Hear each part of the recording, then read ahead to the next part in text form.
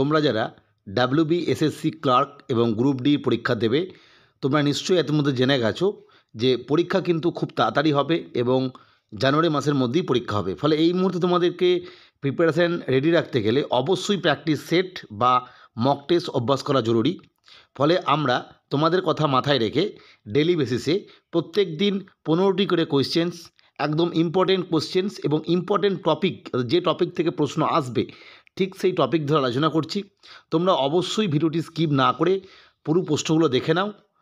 অবশ্যই তোমরা এখান থেকে কিন্তু কমন পাবে। এরপর আমরা আজকের যে প্র্যাকটিস সেট 8 যেটা সম্পূর্ণভাবে ক্লার্ক এবং গ্রুপ ডির জন্য তৈরি করা হয়েছে সেই সেটের কোশ্চেনগুলো দেখব। প্রথম যে প্রশ্নটা ইম্পর্টেন্ট একটা প্রশ্ন এবং এই প্রশ্নটা বহুবার পরীক্ষায় আসে, poverty and un-British rule in India বইটির লেখক কে? Option A Prasanta Chandra Mahalanobis, option B Dadabhai Naoroji, C DP Dhar and D Rajendra Prasad. মনে রাখতে হবে poverty and un-British rule in India এই বইটি মূলত ব্রিটিশ শাসনকালে লেখা হয়েছিল। কী বিষয় নিয়ে? না সম্পদের নির্গমন তথ্য, ড্রেন ওয়েল থিওরি। তার কারণ হচ্ছে সেই সময় এই বইয়ের মাধ্যমে দেখানো হয়েছিল যে ভারতবর্ষদের বা ভারতবাসীদের টোটাল ইনকাম যদি 100 টাকা হয় এবং খরচা যদি 80 টাকা হয় তাহলে সেভিংস হওয়ার কথা, ন্যাশনাল জিডিপি রেসপেক্টে বলছি, 20 টাকা। সেক্ষেত্রে এটার বদলে হচ্ছে সেভিংস হচ্ছে হয়তো 5 টাকা, অর্থাৎ 15 টাকা কিন্তু কোথাও গড়মিল হচ্ছে। এই যে 15 টাকা সেটা কিন্তু ব্রিটিশরা ভারতীয়দের কাছে নিয়ে চলে যাচ্ছে। এইটাই হচ্ছে এই বইয়ের মূল প্রতিপাদ্য বিষয় এবং সেই বইটি লিখেছিলেন অবশ্যই দাদাভাই নওরোজি, যিনি ভারতবর্ষের রেসপেক্টে প্রথম ব্রিটিশ পার্লামেন্টে নির্বাচিত হয়েছিলেন। গ্লাসস্টোন অফ ইন্ডিয়া তাকে বলা হয় এবং তিনিই প্রথম ভারতবাসীদের জন্য পার ক্যাপিটা ইনকাম নির্ণয় করেছিলেন এবং তিনি বলেছিলেন পার ক্যাপিটা ইনকাম 20 টাকা। নেক্সট আমরা দেখব 2 নম্বর প্রশ্ন, রিজার্ভ ব্যাঙ্ক অফ ইন্ডিয়া কত সালে জাতীয়করণ হয় অর্থাৎ ন্যাশনালাইজ হয়? খুব কমন প্রশ্ন, বহুবার এই পরীক্ষায় প্রশ্নটা আসে। Option A 1949, option B 1939, option C 1935 and D 1934। আমি বলেছিলাম ক্লার্কশিপ এবং গ্রুপ ডির জন্য বেশ কিছু ইকোনমির প্রভিশন বা ইকোনমির যে চ্যাপ্টার বা টপিকগুলো পড়তে হবে সেগুলো তোমাদেরকে ভিডিও করেছি, তোমরা দেখে নেবে। সেই জায়গায় আমি বলেছিলাম যে আরবিআইয়ের প্রতিষ্ঠা কবে হলো? না, আমি বলেছিলাম RBI set up in the year 1935। কী করে সেট আপ হলো? না 1934 সালে আরবিআই অ্যাক্ট যেটা ছিল, হিল্টন ইয়ং কমিশন, সেই অনুযায়ী আরবিআই অ্যাক্ট 1934-এর মাধ্যমে সেট আপ হলো 1935 সালে, আর ন্যাশনালাইজ হলো 1949 সালে। অর্থাৎ রাইট অ্যান্সার অপশন এ 1949। এই সালগুলো খুব ইম্পর্টেন্ট। জাতীয়করণ করা হয় রিজার্ভ ব্যাঙ্কে 1949 সালে। পরবর্তী আমরা যে 3 নম্বর প্রশ্নটা দেখি, এটাও হচ্ছে বিপিএল মানে কি? এই বিপিএল এবং এপিএল কনসেপ্ট তোমরা প্রত্যেকে জানো। Option A below property line, option B below property line, option C black property line and D backward problem line. BPL মানে হচ্ছে বিলো প্রপার্টি লাইন। অবশ্যই তোমরা কতগুলো উত্তর করতে পারছো কমেন্ট বক্সে জানিও এবং এই টপিকগুলো যদি পড়া না হয়ে থাকে তাহলে অবশ্যই পড়ে নিও। এরপর আমরা যেটা দেখব সেটা হচ্ছে 5 ইয়ার প্ল্যান অর্থাৎ পঞ্চবার্ষিকী পরিকল্পনা রিলেটেড প্রশ্ন। প্রথম পঞ্চবার্ষিকী পরিকল্পনা কত সালে শুরু হয়? Option A 1950, option B 1951, option C 1953 and D 1954। তোমরা প্রত্যেকে হয়তো ভাবছো যে 5 ইয়ার প্ল্যান এই কনসেপ্টটা বর্তমানে উঠে গেছে এবং তার বদলে এসছে নীতি আয়োগ। এই যে নীতি আয়োগ হলো 2015 সালে আমরা জানি। তাহলে নীতি আয়োগ আসা মানে হয়তো নীতি আয়োগ থেকে প্রশ্ন আসবে, 5 ইয়ার প্ল্যান থেকে প্রশ্ন আসবে না, কিন্তু 5 ইয়ার প্ল্যান থেকে প্রথম 5-6টি যে 5 ইয়ার প্ল্যান ছিল সেখান থেকে প্রশ্ন আশা করতেই পারো। এবং প্রথম যে 5 ইয়ার প্ল্যানটা শুরু হলো সেটা 1951 সালে শুরু হলো এবং চললো 1956 সাল অবধি। Right answer option B. Next আমরা দেখব পরবর্তী প্রশ্ন, 5 নম্বর প্রশ্ন, রেপো রেট কে নির্ধারণ করেন? আমি বহুবার বলেছি কোনো ব্যাংকিং রেটের ক্ষেত্রে যদি উত্তর আন্দাজে করতে হয় সেই সময় তোমরা পারছো না, আন্দাজে করতেই হবে, সেক্ষেত্রে সঠিক উত্তর করে দেবে RBI, reserve bank of India. আমরা দেখব প্রথমে যেটা আছে SBI, state bank of India, তারপর আছে SEBI, security exchange board of India, তারপর আছে IRDA, insurance regulating development authority and D হচ্ছে RBI, reserve bank of India. এই চারটিই কিন্তু important banking sector, insurance sector বা স্টক মার্কেটের ক্ষেত্রে। আমরা যদি আইআরডিএটা দেখি, আইআরডিএটা মূলত 2000 সাল নাগাদ প্রতিষ্ঠা হয় এবং এর মূল কনসেপ্টটাই ছিল ইন্স্যুরেন্স সেক্টরকে স্টেবিলিটি দেওয়া। আর সেবি হচ্ছে অবশ্যই আমরা স্টক মার্কেট বুঝতেই পারছি, security exchange, stock market. RBI যেটা অবশ্যই ব্যাংকিং সেক্টর। আর এসবিআই হচ্ছে আরবিআইয়ের পরে পরবর্তী যে ব্যাংক, গুরুত্বপূর্ণ ব্যাংক, সেটা হচ্ছে এসবিআই, এবং এই রেপো রেট নির্ধারণ করেন option B, RBI, reserve bank of India.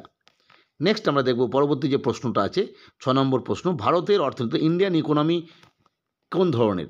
Option A ধনতান্ত্রিক অর্থনীতি, অপশন বি সমাজতান্ত্রিক অর্থনীতি, অপশন সি মিশ্র অর্থনীতি, অ্যান্ড ডি কোনোটিই নয়। এই ধরনের অর্থনীতির কনসেপ্ট আমি বলেছিলাম তোমাদের মনে রাখতে।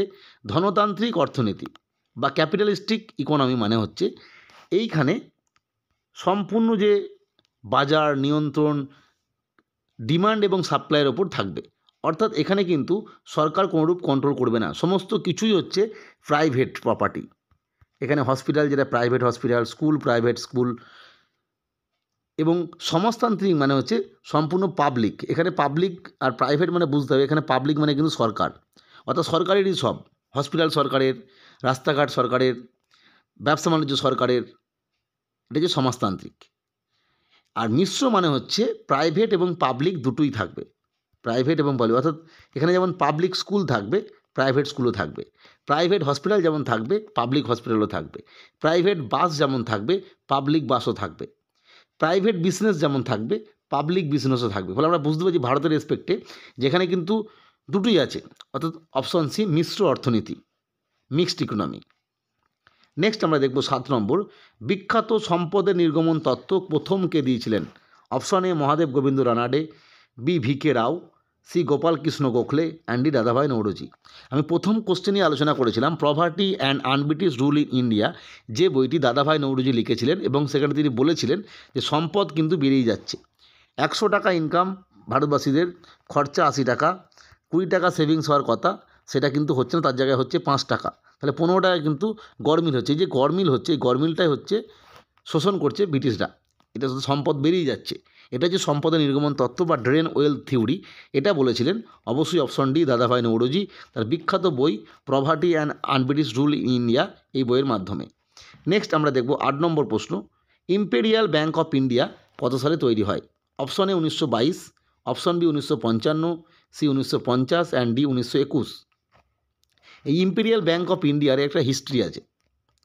এই ইম্পেরিয়াল ব্যাঙ্ক অফ ইন্ডিয়া প্রথমে 1806 এবং 1840, 1841 এই সময় কি হয়, তিনটে যে প্রেসিডেন্সি ছিল, মূল প্রেসিডেন্সি, কলকাতা, বোম্বে এবং মাদ্রাস, এই তিনটে প্রেসিডেন্সিতে তিনটে ব্যাঙ্ক তৈরি হয়।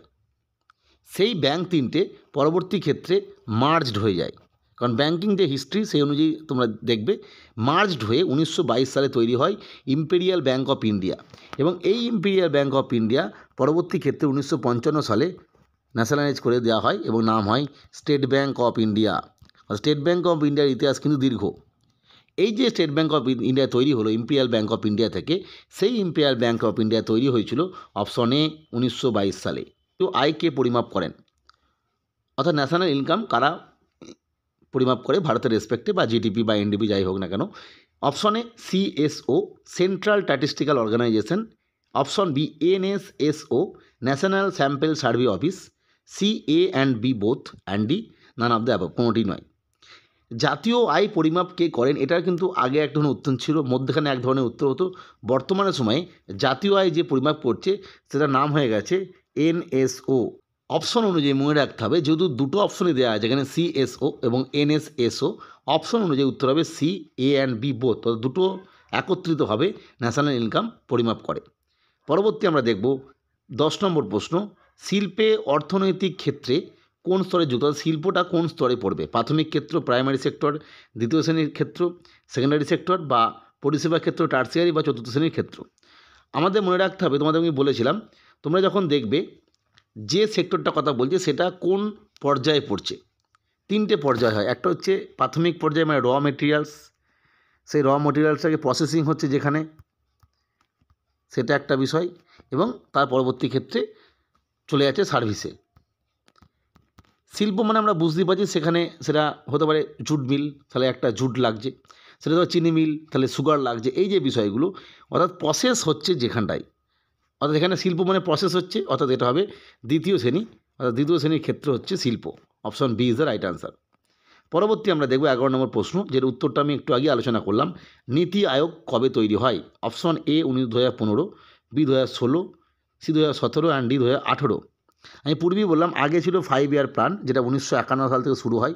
পরবর্তী ক্ষেত্রে নীতি আয়োগের ধারণা নিয়ে নেওয়ার পর 5 ইয়ার প্ল্যানটা স্টপ হয়ে গেছে, বন্ধ হয়ে গেছে, এবং এই নীতি আয়োগ এসে 2015 সালে। আর একটা ইম্পর্টেন্ট ফ্যাক্ট 2017 সালে আসে GST, goods and service tax, যেটা পরবর্তী ক্ষেত্রেই প্রশ্নের মধ্যেই আছে। নেক্সট আমরা দেখব 12 নম্বর প্রশ্ন, ন্যাশনাল স্টক এক্সচেঞ্জ কোথায় অবস্থিত? যেটা আমি একটু আগে আলোচনা করলাম, সেবি, যার রেগুলেটিং অথরিটি, সে তার যে ন্যাশনাল স্টক এক্সচেঞ্জ এইটা কোথায় অবস্থিত? Option A Delhi, B Mumbai, C Kolkata and D Chennai.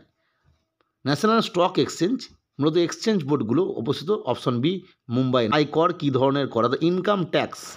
Income tax অর্থাৎ তোমরা চাকরি পাবে, চাকরি পাওয়ার পর তোমরা যদি 12 লাখ টাকা ইনকাম হয় কোনো একটা বছরে বর্তমান নিয়ম অনুযায়ী, তাহলে তোমরা ইনকাম ট্যাক্স দেবে সরকারকে। এই ইনকাম ট্যাক্স কী ধরনের কর? অপশন এ প্রত্যক্ষ কর, বি পরোক্ষ কর, C both A and B, D none of the above. প্রত্যক্ষ কর এবং পরোক্ষ কর এই দুটো একটু বুঝিয়ে দেবো, যারা জানো তারা অবশ্যই স্কিপ করে পরের প্রশ্ন চলে যাও। প্রত্যক্ষ কর মানে হচ্ছে এখানে একটা এ জনগণ এবং এখানে গভর্নমেন্ট এর ওপর ট্যাক্স চাপাচ্ছে, এ একটা মানুষ, সে গভর্নমেন্টকে ট্যাক্সটা দিয়ে দিচ্ছে, এটা হচ্ছে প্রত্যক্ষ কর বা ডিরেক্ট ট্যাক্স। আর ইনডিরেক্ট ট্যাক্স বা অপ্রত্যক্ষ কর মানে হচ্ছে গভর্নমেন্ট ট্যাক্স বসাচ্ছে এর ওপরে এবং ট্যাক্সটা বসাচ্ছে এর ওপরে, কিন্তু ট্যাক্স দিচ্ছে বি, অর্থাৎ ইনডিরেক্ট ট্যাক্স যখন হচ্ছে এটা হচ্ছে ইনডিরেক্ট। আমরা যদি আয়করের ক্ষেত্রে দেখি, আয়কর কী হয়? ইনকাম করা হলো 12 লাখ টাকার ওপরে বেশি হয়ে গেল সরাসরি ইনকাম, এবং তার জন্য যে নির্দিষ্ট স্ল্যাব অনুযায়ী ট্যাক্স দিতে হবে, 500 টাকা ট্যাক্স দিতে হচ্ছে কি 5000 টাকা ট্যাক্স দিতে হচ্ছে। অর্থাৎ এ ইনকাম করেছে, গভর্নমেন্ট ট্যাক্স চাপালো, একেই দিয়ে দিল, অর্থাৎ এটা হয়ে গেল এই 5000 টাকাটা ইনকাম ট্যাক্স, অর্থাৎ ডাইরেক্ট হচ্ছে। কিন্তু কোনো একটা প্রোডাক্ট যখন আমরা কিনি সেক্ষেত্রে কিন্তু ডিরেক্ট আমরা গভর্নমেন্টকে ট্যাক্স দিচ্ছি না, সেই প্রোডাক্ট যিনি বিক্রি করছেন তার মারফত দিচ্ছে, অর্থাৎ ভায়া হয়ে দিচ্ছি, তখন সেটা হবে ইনডিরেক্ট। ফলে যেহেতু আয়কর বলেছে, right answer option a direct tax বা প্রত্যক্ষ কর। পরবর্তী আমরা দেখব 14 নম্বর প্রশ্ন, অর্থ কমিশন বা ফাইন্যান্স কমিশন কত বছর পরপর গঠিত হয়?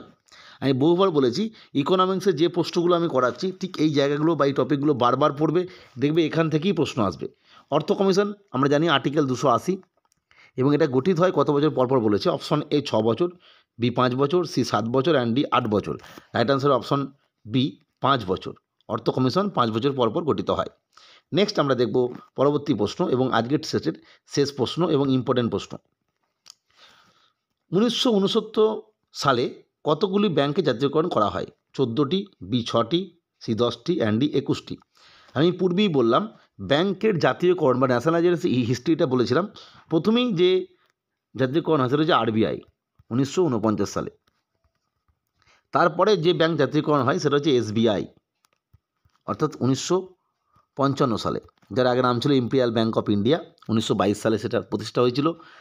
এরপরে 1969 সালে 14টি ব্যাংকে ন্যাশনালাইজ করা হলো, এবং পরে 1980 সালে আরও 6টি ব্যাংকে ন্যাশনালাইজ করা হলো। ফলে আমরা যদি গুনি তাহলে দেখব 14, তারপরে 6টা, 20টা এবং এসবিআই নিয়ে 21টা। কিন্তু বর্তমানে তোমরা দেখবে ব্যাংকের সংখ্যা 12টি। তার কারণ হচ্ছে বর্তমানে মার্জড যে ব্যাপারটা চলে এসছে রুগ্ন ব্যাংকগুলোকে নতুন করে এগিয়ে নিয়ে যাওয়ার জন্য। ফলে আমরা বুঝতেই পারছি 1969 সালে যেহেতু বলেছে, তাহলে রাইট আনসার অপশন এ 14টি ব্যাংক, আর 1980 সালে 6টি ব্যাংক। এই ন্যাশনালাইজেশনের যে হিস্ট্রিটা আমি বললাম এটা অবশ্যই মুখস্থ করে রাখবে বা লিখে রাখবে, এখান থেকে কোনো না কোনো একটা প্রশ্ন তুমি পাবেই। যাই হোক, আজকে আরও 15টি প্রশ্ন আলোচনা করলাম। অবশ্যই পরবর্তী আপডেটের জন্য চ্যানেলটিকে সাবস্ক্রাইব এবং ভিডিওটিকে লাইক করে রেখো।